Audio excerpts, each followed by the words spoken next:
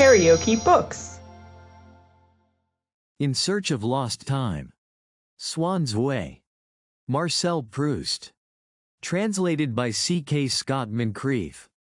"Oh dear, no," he answered, and then, thinking that if he made himself pleasant to Swann he might find favor with Odette, he decided to take this opportunity of flattering him by speaking of his fashionable friends, but speaking as a man of the world himself, in a tone of good-natured criticism, and not as though he were congratulating Swann upon some undeserved good fortune.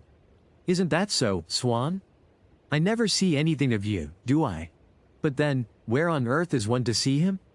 The creature spends all his time shut up with the La Tremoils, with the Lambs and all that lot." The imputation would have been false at any time, and was all the more so, now that for at least a year Swann had given up going to almost any house but the Verdurins. But the mere names of families whom the Verdurins did not know were received by them in a reproachful silence. M. Verdurin, dreading the painful impression which the mention of these bores, especially when flung at her in this tactless fashion, and in front of all the faithful, was bound to make on his wife, cast a covert glance at her, instinct with anxious solicitude. He saw then that in her fixed resolution to take no notice, to have escaped contact, altogether, with the news which had just been addressed to her, not merely to remain dumb but to have been deaf as well, as we pretend to be when a friend who has been in the wrong attempts to slip into his conversation some excuse which we should appear to be accepting, should we appear to have heard it without protesting, or when someone utters the name of an enemy, the very mention of whom in our presence is forbidden, me. Verdurin, so that her silence should have the appearance, not of consent but of the unconscious silence which inanimate objects preserve, had suddenly emptied her face of all life, of all mobility. Her rounded forehead was nothing, now, but an exquisite study in high relief, which the name of those La Tremoils, with whom Swann was always shut up, had failed to penetrate. Her nose, just perceptibly wrinkled in a frown, exposed to view two dark cavities that were, surely, modeled from life. You would have said that her half-opened lips were just about to speak. It was all no more, however, than a wax cast, a mask in plaster, the sculpture's design for a monument, a bust to be exhibited in the Palace of Industry, where the public would most certainly gather in front of it and marvel to see how the sculptor, in expressing the unchallengeable dignity of the Verdurins, as opposed to that of the La Tremoils or Lambs, whose equals, if not, indeed, their betters, they were, and the equals and betters of all other bores, upon the face of the earth, had managed to invest with a majesty that was almost papal the whiteness and rigidity of his stone. But the marble at last grew animated, and let it be understood that it didn't do to be at all squeamish if one went to that house, since the woman was always tipsy and the husband so uneducated that he called a corridor a collador. You'd need to pay me a lot of money before I'd let any of that lot set foot inside my house, me. Verdurin concluded, gazing imperially down on Swann. She could scarcely have expected him to capitulate so completely as to echo the holy simplicity of the pianist's aunt, who at once exclaimed, "To think of that, now! What surprises me is that they can get anybody to go near them. I'm sure I should be afraid, one can't be too careful. How can people be so common as to go running after them?" But he might, at least, have replied, like Forcheville, "Gad, she's a duchess." There are still plenty of people who are impressed by that sort of thing, which would at least have permitted me. Verdurin the final retort, and a lot of good may it do them. Instead of which, Swann merely smiled, in a manner which showed, quite clearly, that he could not, of course, take such an absurd suggestion seriously. M.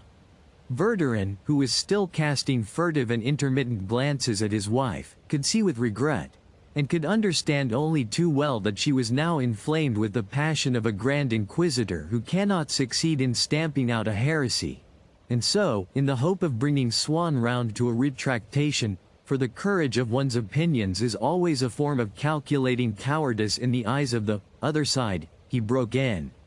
"Tell us frankly, now, what you think of them yourself. We shan't repeat it to them, you may be sure."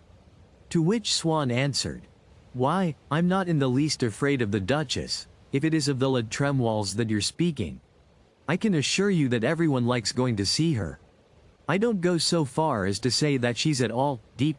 He pronounced the word as if it meant something ridiculous, for his speech kept the traces of certain mental habits which the recent change in his life, a rejuvenation illustrated by his passion for music, had inclined him temporarily to discard, so that at times he would actually state his views with considerable warmth. But I am quite sincere when I say that she is intelligent, while her husband is positively a bookworm. They are charming people. His explanation was terribly effective. Verdurin now realized that this one state of unbelief would prevent her little nucleus from ever attaining to complete unanimity, and was unable to restrain herself in her fury at the obstinacy of this wretch who could not see what anguish his words were causing her, but cried aloud, from the depths of her tortured heart, "You may think so if you wish, but at least you need not say so to us. It all depends upon what you call intelligence." Forcheville felt that it was his turn to be brilliant. "Come now, Swann, tell us what you mean by intelligence." "There," cried Odette, "that's one of the big things I beg him to tell me about, and he never will." "Oh, but," protested Swann. "Oh, but nonsense," said Odette. "A water butt?" asked the doctor. "To you," pursued Forcheville, "does intelligence mean what they call clever talk? You know, the sort of people who worm their way into society? Finish your sweet, so that they can take your plate away," said Verdurin sourly to Saniette, who was lost in thought and had stopped eating. And then, perhaps a little ashamed of her rudeness, "It doesn't matter. Take your time about it. There's no hurry. I only reminded you because of the others, you know, it keeps the servants back." "There is," began Brichot, with a resonant smack upon every syllable, "a rather curious definition of intelligence by that pleasing old anarchist Fenelon. Just listen to this, Verdurin rallied Forcheville and the doctor. "He's going to give us Fenelon's definition of intelligence. That's interesting. It's not often you get a chance of hearing that." But Brichot was keeping Fenelon's definition until Swann should have given his own. Swann remained silent and, by this fresh act of recreancy, spoiled the brilliant tournament of dialectic which Verdurin was rejoicing at being able to offer to Forcheville. "You see, it's just the same as with me." Odette was peevish. "I'm not at all sorry to see that I'm not the only one he doesn't find quite up to his level. These de la Tremoiles whom Verdurin has exhibited to us as so little to be desired," inquired Brichot, articulating vigorously, "are they, by any chance, descended from the couple whom that worthy old snob, Sévigné, said she was delighted to know, because it was so good for her peasants?" True, the marquise had another reason, which in her case probably came first, for she was a thorough journalist at heart, and always on the lookout for copy.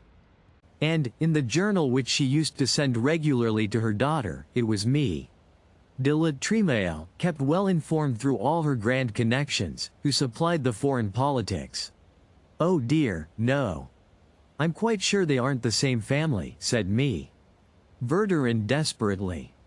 Saniette, who, ever since he had surrendered his untouched plate to the butler, had been plunged once more in silent meditation, emerged finally to tell them, with a nervous laugh, a story of how he had once dined with the Duc de la Tremoille, the point of which was that the Duke did not know that George Sand was the pseudonym of a woman.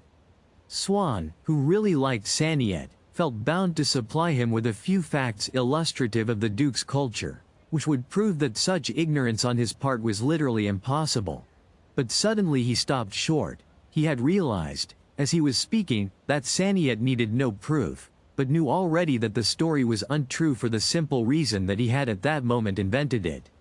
The worthy man suffered acutely from the Verdurins always finding him so dull, and as he was conscious of having been more than ordinarily morose this evening, he had made up his mind that he would succeed in being amusing, at least once, before the end of dinner.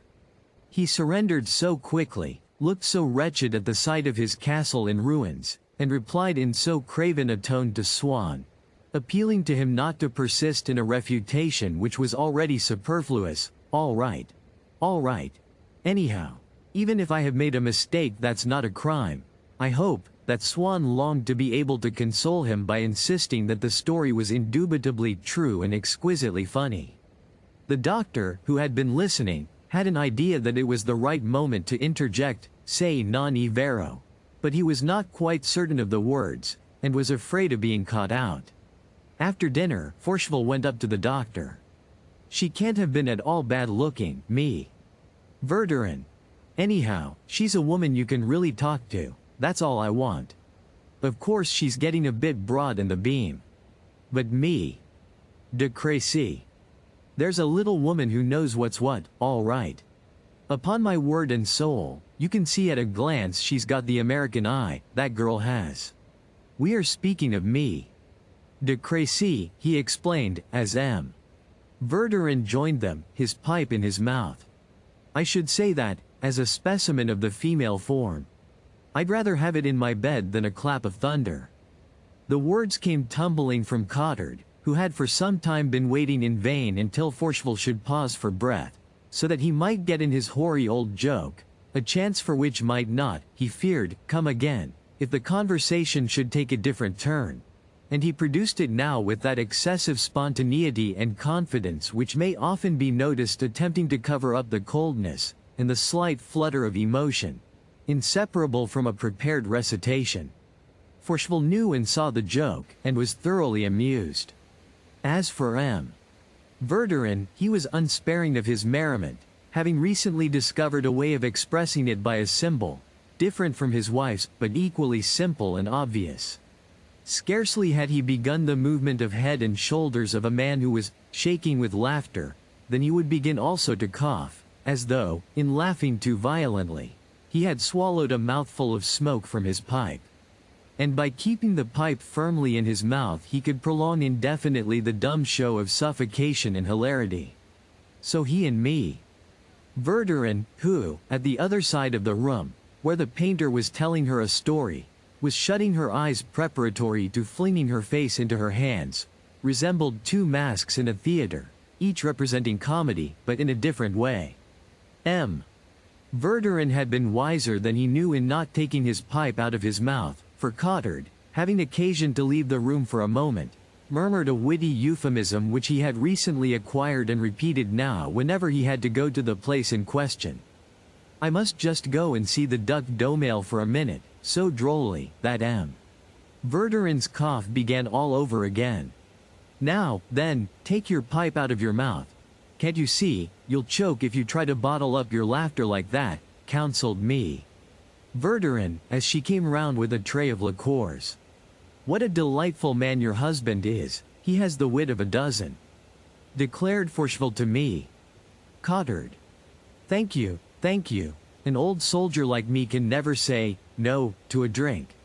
M. De Forcheville thinks Odette charming, M. Verdurin told his wife. "Why, do you know, she wants so much to meet you again some day at luncheon. We must arrange it, but don't on any account let Swann hear about it. He spoils everything, don't you know. I don't mean to say that you're not to come to dinner too, of course. We hope to see you very often. Now that the warm weather's coming, we're going to have dinner out of doors whenever we can. That won't bore you, will it? A quiet little dinner, now and then, in the Bois? Splendid, that will be quite delightful. Aren't you going to do any work this evening, I say?" she screamed suddenly to the little pianist, seeing an opportunity for displaying, before a newcomer of Forcheville's importance, at once her unfailing wit and her despotic power over the faithful. M. De Forcheville was just going to say something dreadful about you, me. Cottard warned her husband as he reappeared in the room. And he, still following up the idea of Forcheville's noble birth, which had obsessed him all through dinner, began again with, "I am treating a baroness just now, Baroness Putbus. Weren't there some Putbuses in the Crusades? Anyhow, they've got a lake in Pomerania that's 10 times the size of the Place de la Concorde. I am treating her for dry arthritis, she's a charming woman. Me. Verdurin knows her too, I believe." Which enabled Forcheville, a moment later, finding himself alone with me.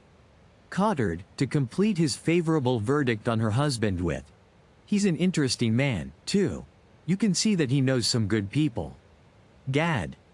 But they get to know a lot of things, those doctors. Do you want me to play the phrase from the sonata for M. Swann?" asked the pianist. "What the devil's that?" "Not the sonata snake, I hope," shouted M. de Forcheville, hoping to create an effect. But drive. Cottard, who had never heard this pun, missed the point of it and imagined that M. de Forcheville had made a mistake. He dashed in boldly to correct it. "No, no. The word isn't serpent et sonates, it's serpent et sonnets," he explained in a tone at once zealous, impatient, and triumphant. Forcheville explained the joke to him. The doctor blushed. "You'll admit it's not bad, eh, doctor?" "Oh. I've known it for ages."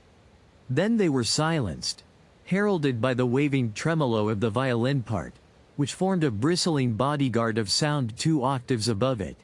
And as in a mountainous country, against the seeming immobility of a vertically falling torrent, one may distinguish 200 feet below the tiny form of a woman walking in the valley. The little phrase had just appeared, distant but graceful, protected by the long, gradual unfurling of its transparent, incessant and sonorous curtain. And Swann, in his heart of hearts, turned to it, spoke to it as to a confidant in the secret of his love, as to a friend of Odette who would assure him that he need pay no attention to this Forcheville. "Ah. You've come too late, me." Verdurin greeted one of the faithful, whose invitation had been only to look in after dinner. "We've been having a simply incomparable brichat. You never heard such eloquence. But he's gone. Isn't that so, M. Swann? I believe it's the first time you've met him," she went on, to emphasize the fact that it was to her that Swann owed the introduction. "Isn't that so? Wasn't he delicious, our brichat?" Swann bowed politely. "No? You weren't interested?" she asked dryly. "Oh, but I assure you, I was quite enthralled. He is perhaps a little too peremptory, a little too jovial for my taste.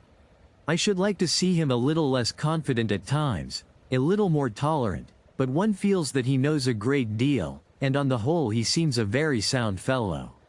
The party broke up very late. Cottard's first words to his wife were, "I have rarely seen me. Verdurin in such form as she was tonight. What exactly is your me? Verdurin? A bit of a bad hat, eh?" said Forcheville to the painter, to whom he had offered a lift. Odette watched his departure with regret. She dared not refuse to let Swann take her home, but she was moody and irritable in the carriage, and, when he asked whether he might come in, replied, "I suppose so," with an impatient shrug of her shoulders. When they had all gone, Verdurin said to her husband, "Did you notice the way Swann laughed, such an idiotic laugh, when we spoke about me? Le Tremoille?" She had remarked, more than once, how Swann and Forcheville suppressed the particle de before that lady's name, never doubting that it was done on purpose, to show that they were not afraid of a title. She had made up her mind to imitate their arrogance, but had not quite grasped what grammatical form it ought to take. Moreover, the natural corruptness of her speech overcoming her implacable republicanism, she still said instinctively, the de la Tremoilles, or, rather, by an abbreviation sanctified by the usage of music hall singers and the writers of the captions beneath caricatures, who allied the de la Tremoilles, but she corrected herself at once to Madame la Tremoille.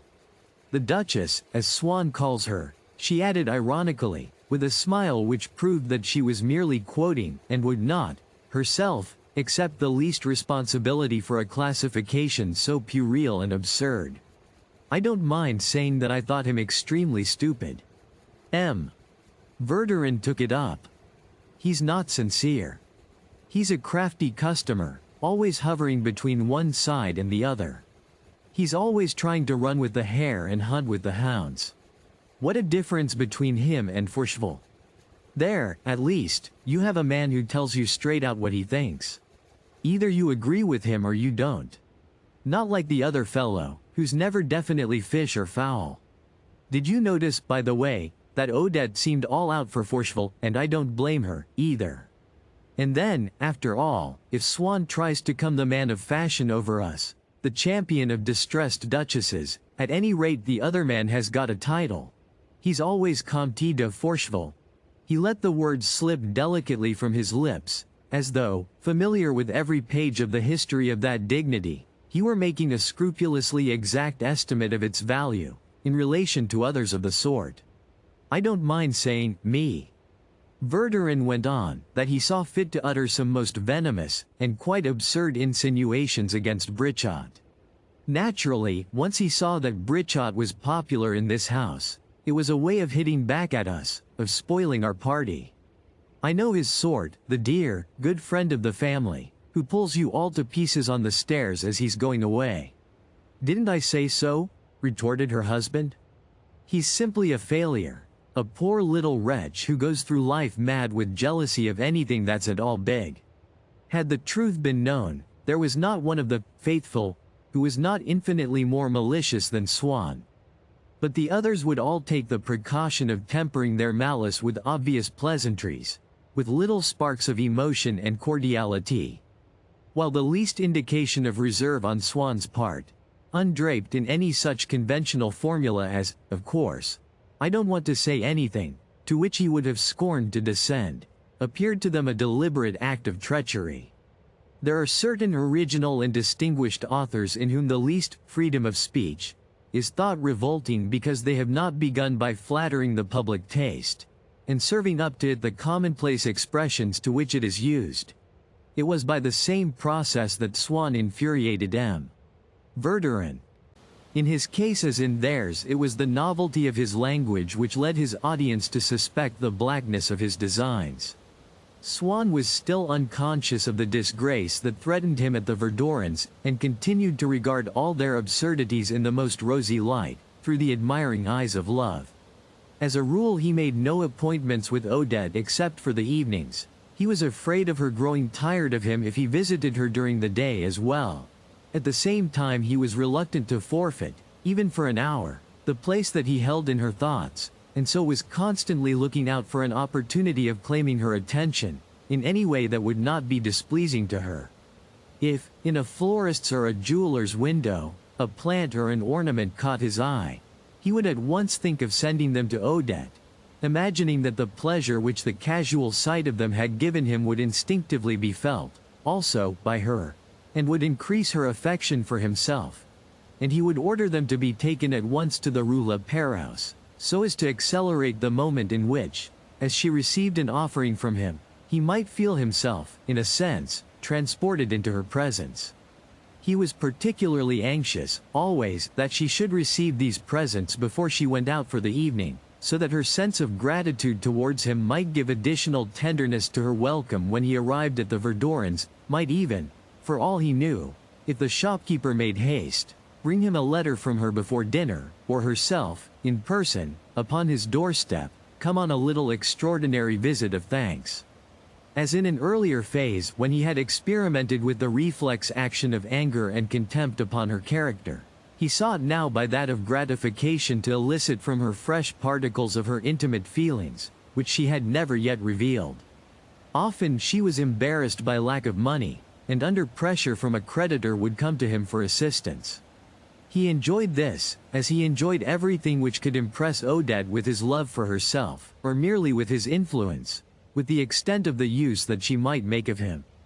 Probably if anyone had said to him, at the beginning, "It's your position that attracts her," or at this stage, "It's your money that she's really in love with," he would not have believed the suggestion, nor would he have been greatly distressed by the thought that people supposed her to be attached to him, that people felt them to be united by any ties so binding as those of snobbishness or wealth. But even if he had accepted the possibility, it might not have caused him any suffering to discover that Odette's love for him was based on a foundation more lasting than mere affection, or any attractive qualities which she might have found in him, on a sound, commercial interest. An interest which would postpone forever the fatal day on which she might be tempted to bring their relations to an end. For the moment, while he lavished presents upon her, and performed all manner of services, he could rely on advantages not contained in his person, or in his intellect, could forego the endless, killing effort to make himself attractive. And this delight in being a lover, in living by love alone, of the reality of which he was inclined to be doubtful, the price which, in the long run, he must pay for it, as a dilettante in immaterial sensations, enhanced its value in his eyes. As one sees people who are doubtful whether the sight of the sea and the sound of its waves are really enjoyable, become convinced that they are, as also of the rare quality and absolute detachment of their own taste, when they have agreed to pay several pounds a day for a room in an hotel, from which that sight and that sound may be enjoyed. One day, when reflections of this order had brought him once again to the memory of the time when someone had spoken to him of Odette as of a kept woman, and when, once again, he had amused himself with contrasting that strange personification, the kept woman, an iridescent mixture of unknown and demoniacal qualities, embroidered, as in some fantasy of Gustave Moreau, with poison-dripping flowers, interwoven with precious jewels, with that Odette upon whose face he had watched the passage of the same expressions of pity for a sufferer, resentment of an act of injustice, gratitude for an act of kindness, which he had seen, in earlier days, on his own mother's face, and on the faces of friends, that Odette, whose conversation had so frequently turned on the things that he himself knew better than anyone, his collections, his room, his old servant, his banker, who kept all his title deeds and bonds. The thought of the banker reminded him that he must call on him shortly, and indeed, if, during the current month, he were to come less liberally to the aid of Odette in her financial difficulties than in the month before, when he had given her 5,000 francs, if he refrained from offering her a diamond necklace for which she longed, he would be allowing her admiration for his generosity to decline. That gratitude which had made him so happy, and would even be running the risk of her imagining that his love for her, as she saw its visible manifestations grow fewer, had itself diminished. And then, suddenly, he asked himself whether that was not precisely what was implied by keeping a woman, as if, in fact, that idea of keeping could be derived from elements not at all mysterious nor perverse, but belonging to the intimate routine of his daily life, such as that 1,000-franc note, a familiar and domestic object, torn in places and mended with gummed paper, which his valet, after paying the household accounts and the rent, had locked up in a drawer in the old writing desk whence he had extracted it to send it, with 4 others, to Odette, and whether it was not possible to apply to Odette, since he had known her, for he never imagined for a moment that she could ever have taken a penny from anyone else, before, that title, which he had believed so wholly inapplicable to her, of kept woman. He could not explore the idea further, for a sudden access of that mental lethargy which was, with him, congenital, intermittent and providential, happened, at that moment, to extinguish every particle of light in his brain, as instantaneously as, at a later period, when electric lighting had been everywhere installed, it became possible, merely by fingering a switch, to cut off all the supply of light from a house. His mind fumbled, for a moment, in the darkness. He took off his spectacles, wiped the glasses, passed his hands over his eyes, but saw no light until he found himself face to face with a wholly different idea, the realization that he must endeavor, in the coming month, to send Odette 6 or 7,000 franc notes instead of 5, simply as a surprise for her and to give her pleasure. In the evening, when he did not stay at home until it was time to meet Odette at the Verdurins, or rather at one of the open-air restaurants which they liked to frequent in the Bois and especially at St. Cloud, he would go to dine in one of those fashionable houses in which, at one time, he had been a constant guest. He did not wish to lose touch with people who, for all that he knew, might be of use, someday, to Odette, and thanks to whom he was often, in the meantime, able to procure for her some privilege or pleasure. Besides, he had been used for so long to the refinement and comfort of good society that, side by side with his contempt, there had grown up also a desperate need for it, with the result that, when he had reached the point after which the humblest lodgings appeared to him as precisely on a par with the most princely mansions, his senses were so thoroughly accustomed to the latter that he could not enter the former without a feeling of acute discomfort. He had the same regard, to a degree of identity which they would never have suspected, for the little families with small incomes who asked him to dances in their flats, straight upstairs to the 5th floor, and the door on the left. As for the Princesse de Parme, who gave the most splendid parties in Paris. But he had not the feeling of being actually at the ball, when he found himself herded with the fathers of families in the bedroom of the lady of the house, while the spectacle of wash-hand stands covered over with towels, and of beds converted into cloakrooms, with a mass of hats and great coats sprawling over their counterpanes, gave him the same stifling sensation that, nowadays, people who have been used for half a lifetime to electric light derive from a smoking lamp or a candle that needs to be snuffed. If he were dining out, he would order his carriage for 7:30. While he changed his clothes, he would be wondering, all the time, about Odette, and in this way was never alone, for the constant thought of Odette gave to the moments in which he was separated from her the same peculiar charm as to those in which she was at his side. He would get into his carriage and drive off, but he knew that this thought had jumped in after him and had settled down upon his knee, like a pet animal which he might take everywhere, and would keep with him at the dinner table, unobserved by his fellow guests. He would stroke and fondle it, warm himself with it, and, as a feeling of languor swept over him, would give way to a slight shuddering movement which contracted his throat and nostrils. A new experience, this, as he fastened the bunch of columbines in his buttonhole. He had for some time been feeling neither well nor happy, especially since Odette had brought Forcheville to the Verdurins, and he would have liked to go away for a while to rest in the country. But he could never summon up courage to leave Paris, even for a day, while Odette was there. The weather was warm, it was the finest part of the spring. And for all that he was driving through a city of stone to immure himself in a house without grass or garden, what was incessantly before his eyes was a park which he owned, near Cambrai, where, at 4 in the afternoon, before coming to the asparagus bed, thanks to the breeze that was wafted across the fields from Mézéglis, he could enjoy the fragrant coolness of the air as well beneath an arbor of hornbeams in the garden as by the bank of the pond, fringed with forget-me-not and iris.